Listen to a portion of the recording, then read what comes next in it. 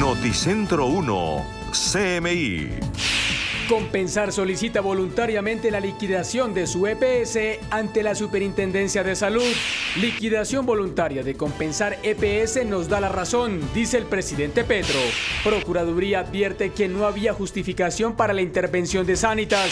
Fuerte crítica del gobernador de Antioquia a presidente Gustavo Petro por intervención a EPS.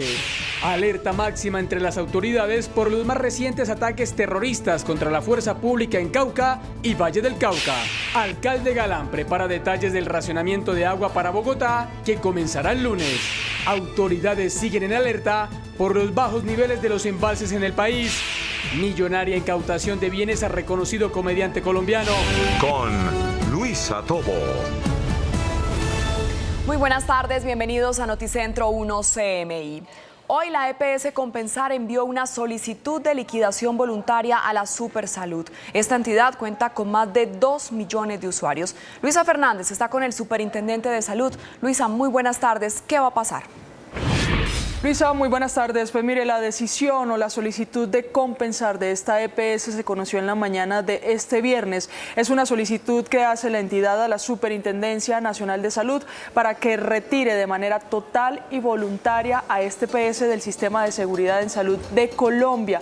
Aseguran ellos que atraviesan una situación financiera compleja y eso es lo que los lleva a realizar esta solicitud. Entre tanto, conocimos que el director de esa entidad fue llamado por el Ministerio de Salud para sentarse a hablar sobre esta situación y la decisión de liquidación o no de esta EPS está en manos del superintendente de salud, Luis Carlos Leal, que de hecho nos acompaña este mediodía aquí en estudio, en nuestra misión del mediodía. Superintendente, muchas gracias por acompañarnos. La primera pregunta es, ¿qué va a pasar con Compensar? ¿Ustedes ya revisaron esa solicitud? Bueno, Luisa, muchas gracias por la invitación y un saludo muy especial para todas y para todos. Lo primero que hay que decir es que una vez cualquier EPS en el país hace una solicitud de retiro parcial o total, la superintendencia tiene que asumir el proceso de investigar de una manera adecuada qué implicaciones tendría esta solicitud.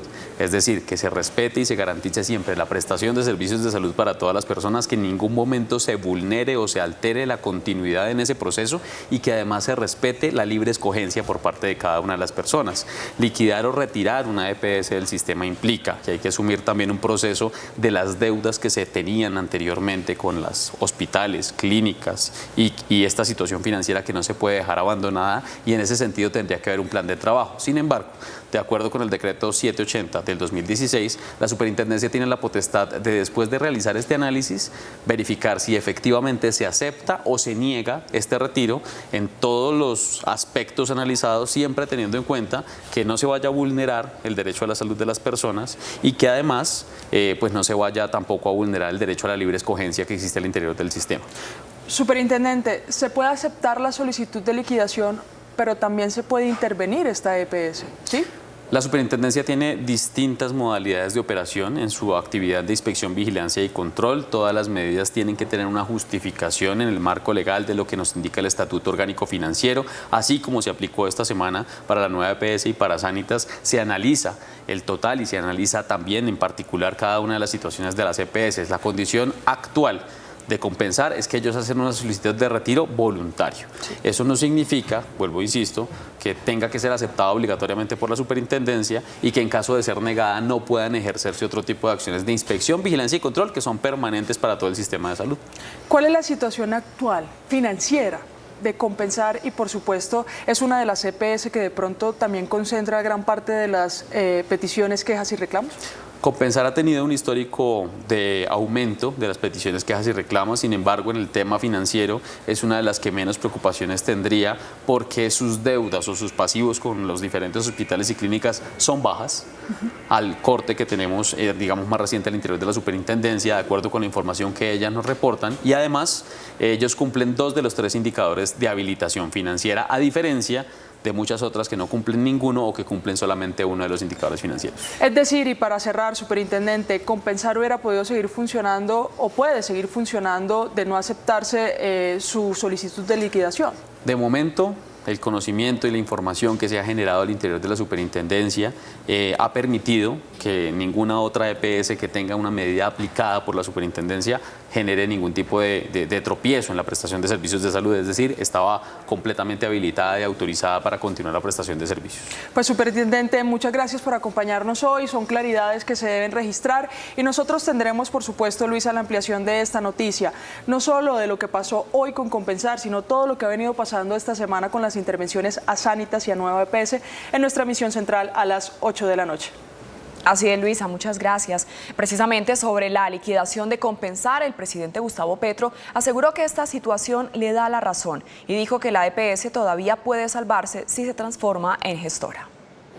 El presidente Gustavo Petro aseguró que la liquidación voluntaria de Compensar le da la razón y demuestra que si el gobierno no interviene, habrá una liquidación total del sistema. Ahora la derecha se mueve hacia destruir la intervención del gobierno. Esto no tendría otra consecuencia que la liquidación total del sistema o algo peor, la quiebra del Estado. Este gobierno no lo va a permitir. Sabemos para dónde vamos y cómo mejorar el sistema de salud al pueblo colombiano. Lanzó duras pullas al Congreso por hundir la reforma y explicó que Compensar todavía podría salvarse. El Congreso parece haber evadido su responsabilidad en reformar la ley, dejándose llevar del sectarismo dañino y está a punto de dejar de establecer los pasos de esta transición. Ha demorado casi 2 años la discusión, agotando un tiempo vital. Es por esto que el gobierno ha tenido que intervenir. Claro que Compensar podría ser transformada con nuestra ayuda en una gestora y salvarla. Dijo que asume la responsabilidad de sus actos.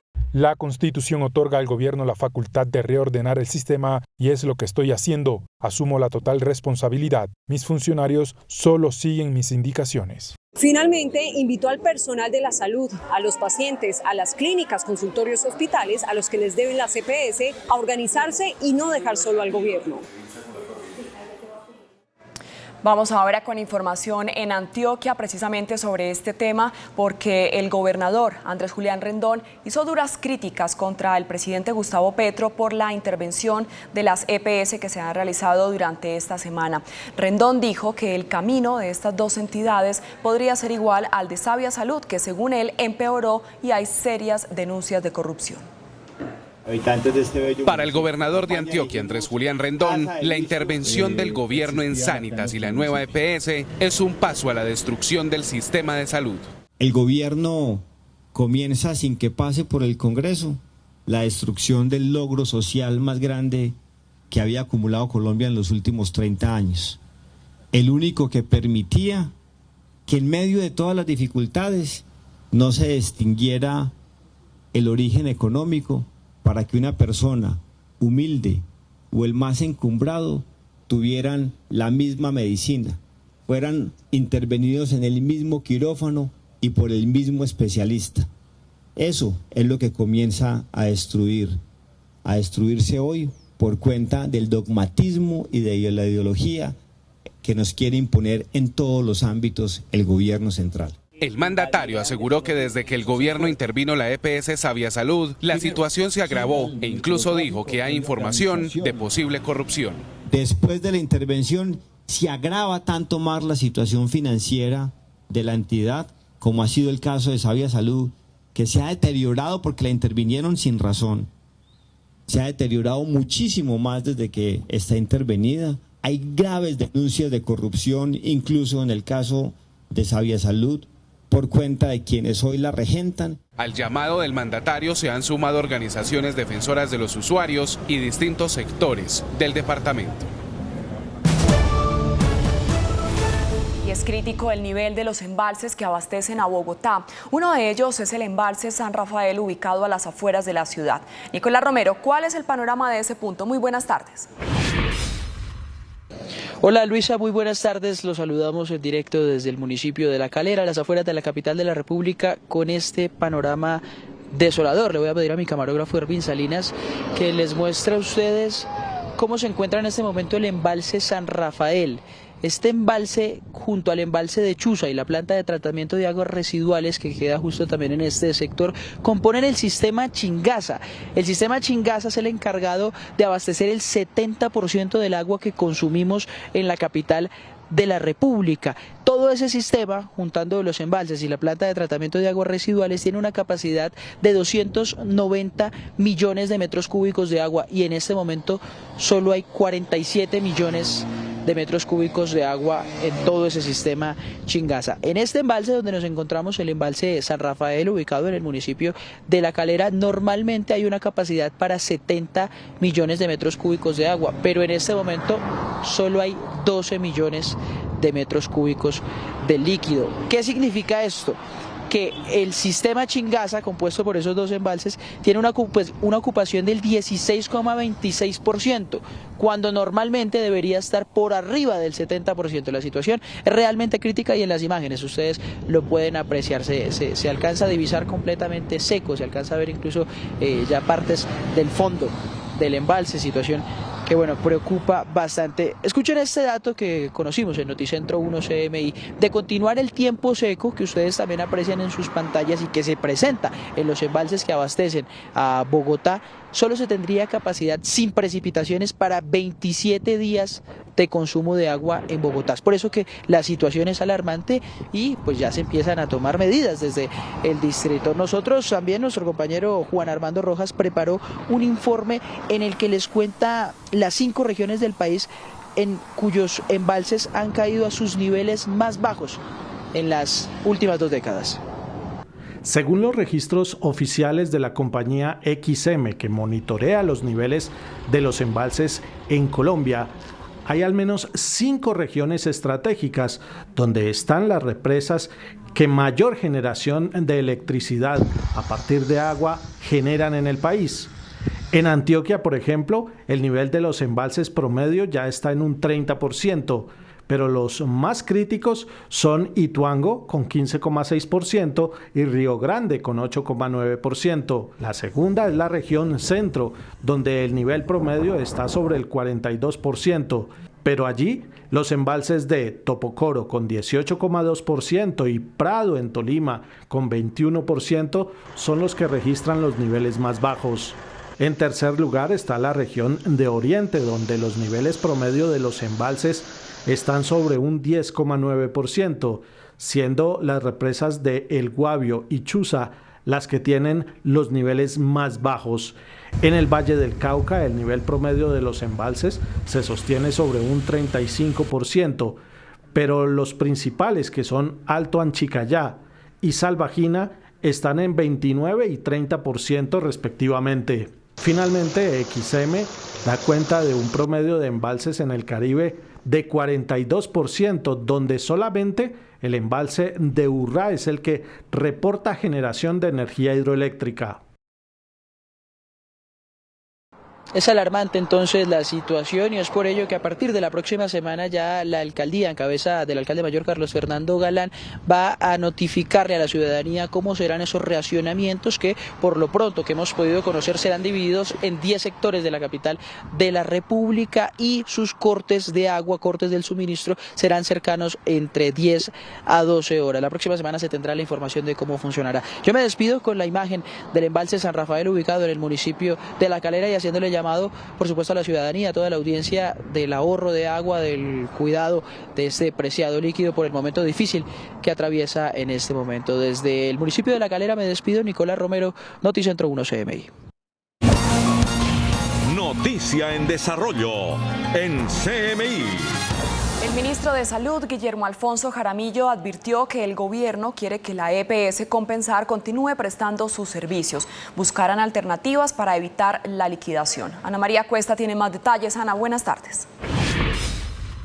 Luisa y televidentes, muy buenas tardes. Desde la Corte Constitucional, el ministro de Salud advierte que el gobierno buscará las alternativas para evitar la liquidación de Compensar tras 30 años de servicio.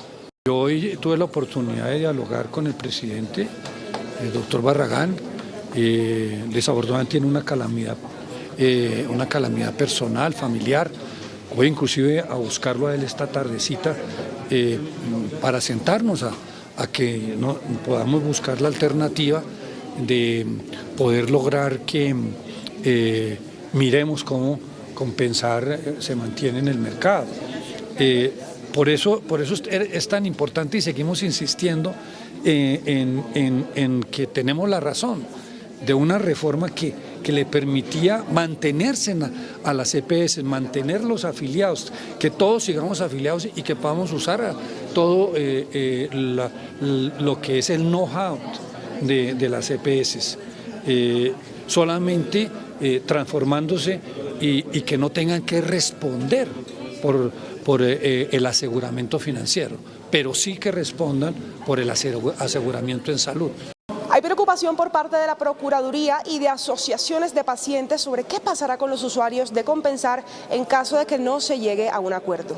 Hoy no hay una sola EPS que tenga capacidad para recibir 1 millón de nuevos afiliados. No hay una sola EPS porque ninguna cumple con resultados financieros. A propósito de la Procuraduría advirtió que en este momento no hay justificación para la intervención de la EPS Sanitas, pero también hablamos con el Contralor encargado Carlos Mario Zuluaga, quien reveló que habrá un próximo informe en estos días sobre el sistema de salud. Que sería más grave para la garantía de los derechos fundamentales a la salud. Ya no serían 26 millones de personas que están en entidades intervenidas, sino que se subiría a 28 millones. Y si esta se va a liquidación, ¿para dónde van a pasar los afiliados cuando las que están intervenidas, que son grandes, no pueden recibir más afiliados? Entonces se ahondaría la crisis del sistema de salud. Hoy la Corte Constitucional sostiene una intensa sesión sobre el cálculo de la unidad de pago por capitación, lo que paga el sistema de salud anualmente por cada usuario, pero les estaremos ampliando en la emisión central de las 9 de la noche. Ana María Cuesta, Noticentro 1 CMI. Ana María, muchas gracias. Hacemos una pausa en Noticentro 1 CMI y al regresar, espere. Embargan bienes de famoso comediante de la televisión colombiana por supuestos vínculos con el Clan del Golfo. Ya volvemos.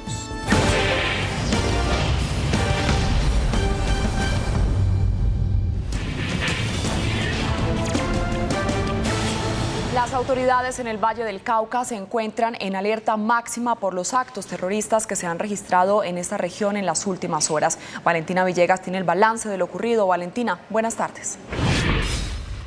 Luisa y televidentes, muy buenas tardes. Pues precisamente los saludo desde inmediaciones del batallón Pichincha de Cali, uno de los lugares que fue objeto de estos actos terroristas. Fue exactamente en esa calle que aún se encuentra acordonada, donde disidencias de las FARC lanzaron explosivos en las últimas horas, atemorizando a la comunidad.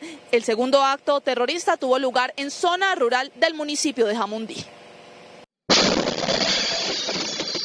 Una noche de terror vivieron los habitantes del Valle del Cauca por cuenta de 2 actos terroristas contra la fuerza pública registrados con 7 horas de diferencia. El primero de ellos tuvo lugar hacia las 10:24 de la noche anterior, cuando un vehículo cargado con artefactos explosivos improvisados fue detonado desde el exterior del cantón militar de la Tercera Brigada, ubicado en el barrio Meléndez, en el sur de Santiago de Cali. El atentado fue atribuido por las autoridades al Frente Jaime Martínez de las disidencias de las FARC.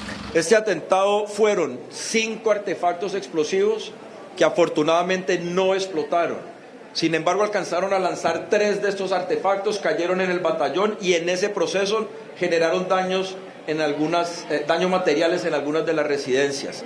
Lo más grave es el daño a las personas que viven en el barrio, es el susto.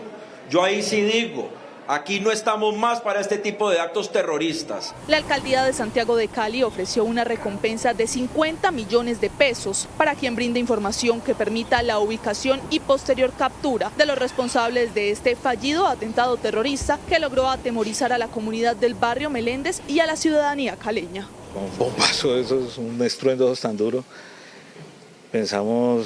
Salimos a mirar qué había pasado y cuando ya nos dimos cuenta, pues queda uno como, estuvimos a puertas de una tragedia porque no todo estalló, ¿no?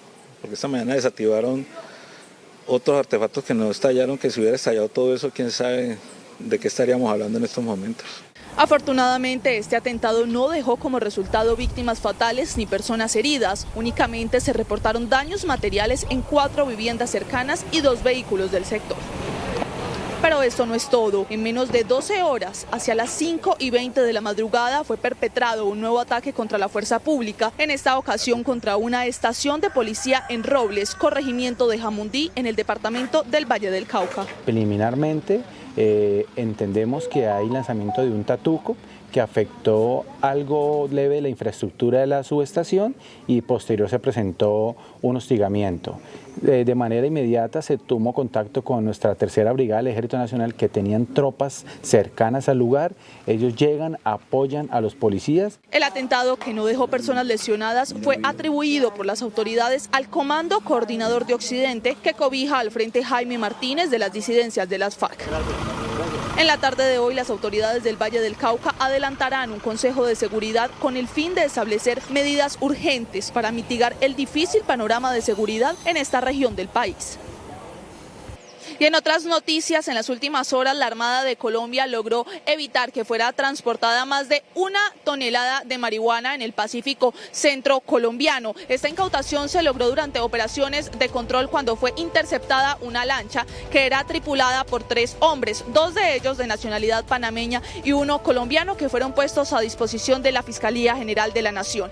Al interior de la embarcación fueron hallados 39 bultos de diferentes tamaños y formas, además de esto una bolsa con dosis personales, 200 galones de combustible y varios aparatos electrónicos. Al interior de la embarcación fueron hallados exactamente 1.121 kilogramos de marihuana. Con esta operación, la Armada de Colombia logra evitar que ingresen 7 millones de dólares a las finanzas de los grupos criminales que operan en el Pacífico colombiano, además de evitar la comercialización de 187.000 dosis de estupefacientes. Y cambiamos de tema, pues como ya lo han hecho varios gremios y entidades del sector eléctrico, Celsia, entidad generadora de energía aquí en el Valle del Cauca, también se sumó a hacer un llamado a sus usuarios para hacer un buen uso racional de la energía debido a la prolongación del fenómeno del Niño y a las bajas lluvias durante esta época del año. A pesar de que se prevé que la temporada de lluvias va a iniciar a partir de ahora, actualmente la capacidad actual promedio de los embalses del país está por debajo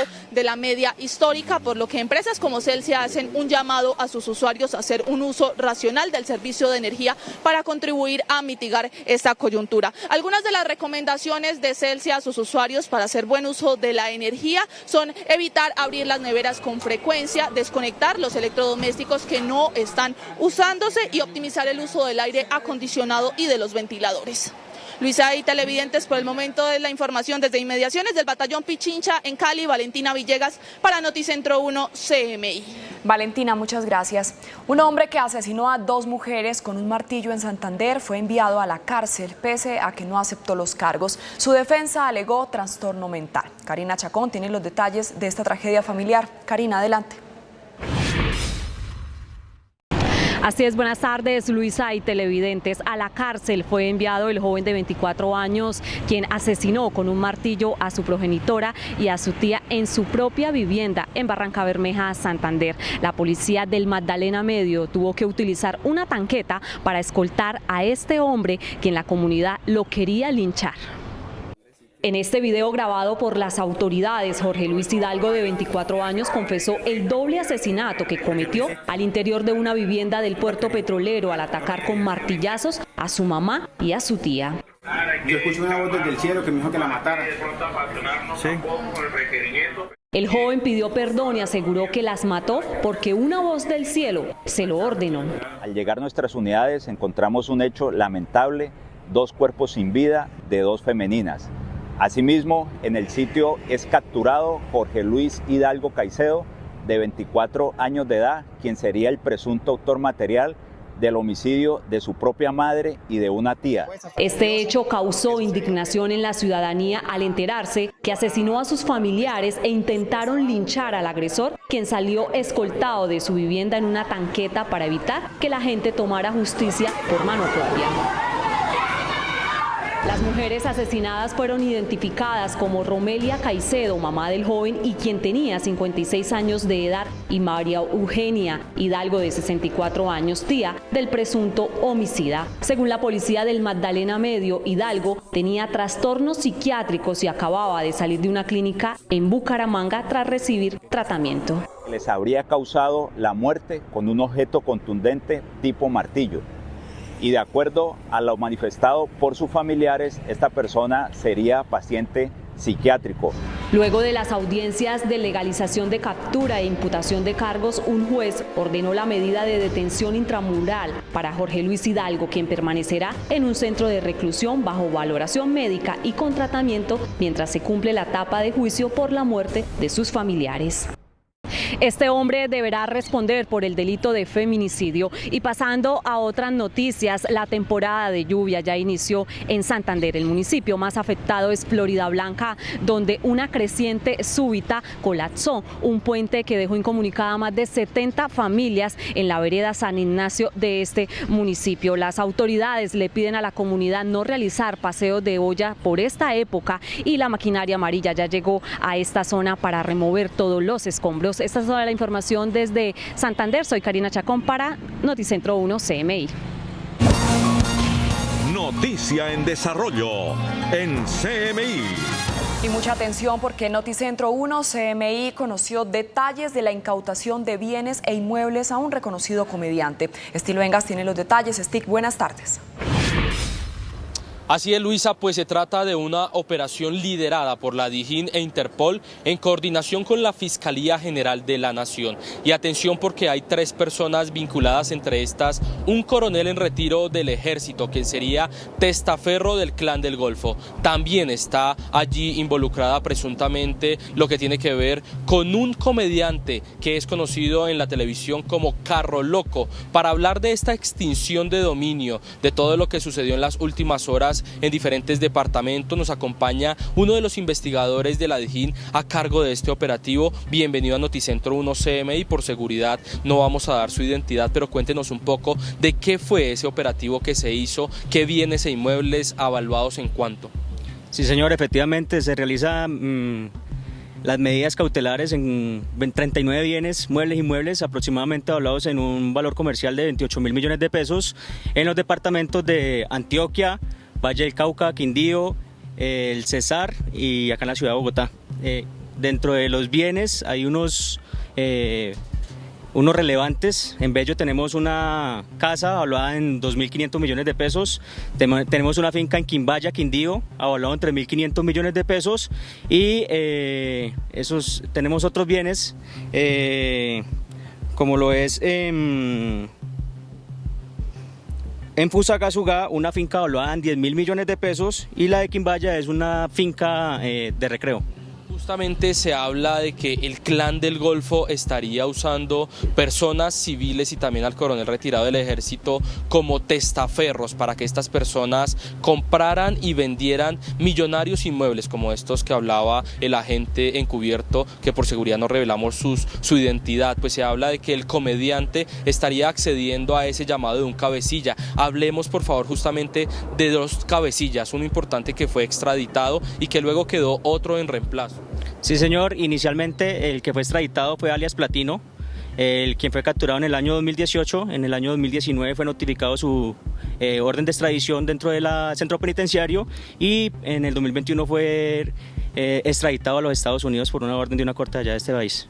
Pues en total entonces 39 bienes e inmuebles que quedan entonces a disposición de la SAE luego de esta operación dirigida por la DIJÍN e Interpol, también por la Fiscalía General de la Nación. Logró la extinción del derecho de dominio de 39 bienes avaluados en la suma de más de 28.000 millones de pesos. La operación fue desarrollada en los departamentos de Antioquia, Cesar, Cundinamarca, Meta, Quindío y Valle del Cauca. Estos bienes, la mayoría, se encontraban a nombre de alias Rodrigo, quien había sido capturado en el año 2019 por el delito de lavado de activos y actualmente se encuentra en libertad. Hasta el momento se confirma que el reconocido comediante no ha sido capturado, pero sí se confirma en medio de esta investigación que habría participado como testaferro, especialmente en un predio, el que hablaba el agente, el que queda en el municipio de Fusagasugá. A esta hora de la tarde también les contamos a todos los televidentes la situación de orden público que se presenta en Valle del Cauca, en el departamento del Cauca, pues justamente el ministro de Defensa, Iván Velázquez, se pronunció sobre los ataques perpetrados, los que comentaba mi compañera Valentina desde Cali, lo ocurrido anoche cerca a un batallón y otros que se han presentado en el departamento del Cauca. Dice el jefe de la cartera de defensa que se trata de una escalada violenta por parte de las disidencias y que habrá respuesta por parte de las fuerzas militares. Continúa la presión que se viene desarrollando de parte de las fuerzas militares contra el Estado Mayor Central. Probablemente también acciones de esta naturaleza lo que pretenden es distraer atención o desfocalizar frente a las acciones que viene desarrollando con mucha contundencia las fuerzas militares, como se han dado cuenta ustedes en los últimos días. Y me despido con esta preocupante noticia, el informe de la ODC, Observatorio de Drogas de Colombia, vinculado al Ministerio de Justicia, pues se habla que ingresó mayor cantidad de ampolletas de fentanilo a Colombia ilegalmente y que en la última década, por el consumo de esta sustancia mezclada con otras, van 30 fallecidos. Se habla también en medio de este informe que el consumo de fentanilo aumentó 53,3%. El informe también resalta que el 34,8% de las muertes relacionadas con el fentanilo se ha notado una presencia de otras sustancias sintéticas, principalmente ketamina. Esta es toda la información desde la DIJÍN e Interpol. Stig Luengas en Noticentro 1 CMI. Stig, muchas gracias. Y mucha atención porque en medio de la Cumbre Regional de Seguridad que se lleva a cabo en Barranquilla, se reveló que el 60% de las extorsiones en la región Caribe se hacen desde las cárceles. La cifra de extorsión desde las cárceles de Atlántico es alta y preocupa a las autoridades. Extorsión sí sigue siendo el gran flagelo. Uno de los aspectos que se tocó, y lo habíamos visto también en la reunión con el presidente, es que la información que tenemos, que tienen toda la razón, el 60% de las extorsiones provienen de las cárceles. Las autoridades lucen maniatadas para ejercer una medida severa como la inhibición de señal en los centros carcelarios y penitenciarios. Hay disposiciones que lo impiden, porque al hacer una especie de control de las señales, de una u otra manera no habría cómo no controlar también la señal en los alrededores de las cárceles, y por lo menos 3 cuadras a la redonda de una cárcel quedarían también desprovistos de señal, lo cual ocasionaría una serie de problemas. Los más afectados por el flagelo de la extorsión son los comerciantes. En el año 5 de ellos ya fueron asesinados por extorsionistas. En los últimos años, 200 establecimientos han cerrado sus puertas. Hemos visto varias afectaciones.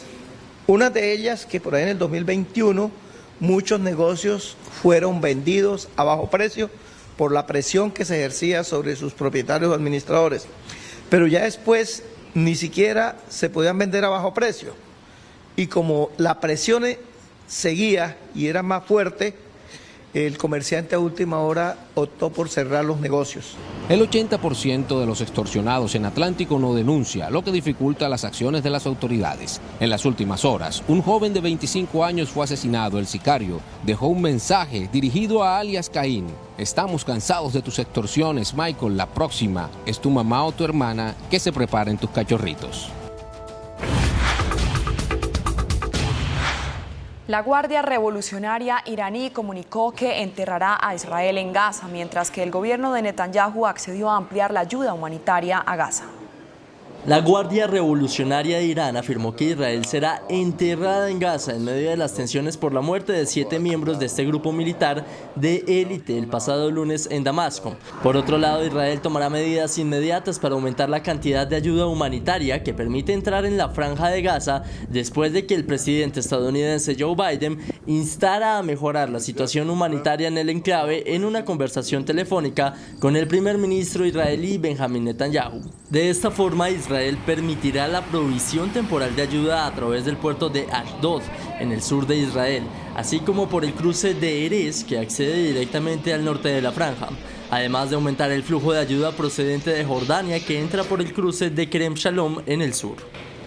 Un sismo de 4.8 de epicentro en New Jersey, Estados Unidos, sacudió Nueva York y sus alrededores. Según el Servicio Geológico del país, el sismo agitó la costa este estadounidense, generando alarma y causando que los edificios se estremecieran desde Maryland hasta Maine, incluyendo Nueva York, Nueva Jersey, Filadelfia y Connecticut. De acuerdo al reporte de las autoridades, hasta el momento no se han registrado daños ni heridos. Sin embargo, los aeropuertos internacionales John F. F. Kennedy y Newark cerraron durante la mañana, provocando retrasos de 30 a 40 minutos. Algunos vuelos con destino a Nueva York fueron desviados a otros aeropuertos.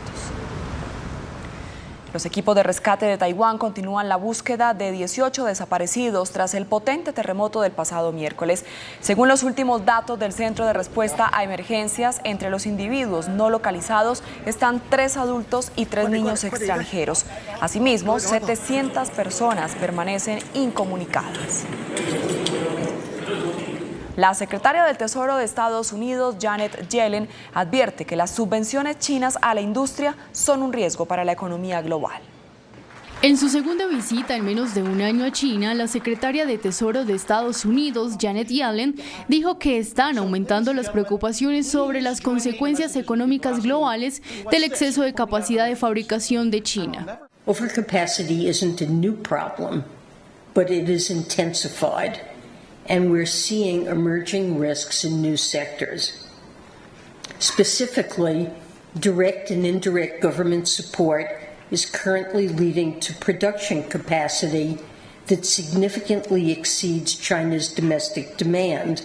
Yellen también estimó que las importaciones ayudas chinas a su industria podrían provocar un exceso de bienes e inundar los mercados mundiales, lo que puede crear dificultades para las empresas estadounidenses y de otros países. Sin embargo, advirtió que esto requiere igualdad de condiciones de competencia para las empresas de Estados Unidos y una comunicación abierta y directa sobre los campos de disconformidad. Gracias, hasta aquí Noticentro 1 CMI. A continuación, la lista de Eric y a las 8 de la noche una nueva emisión de noticias. Feliz tarde.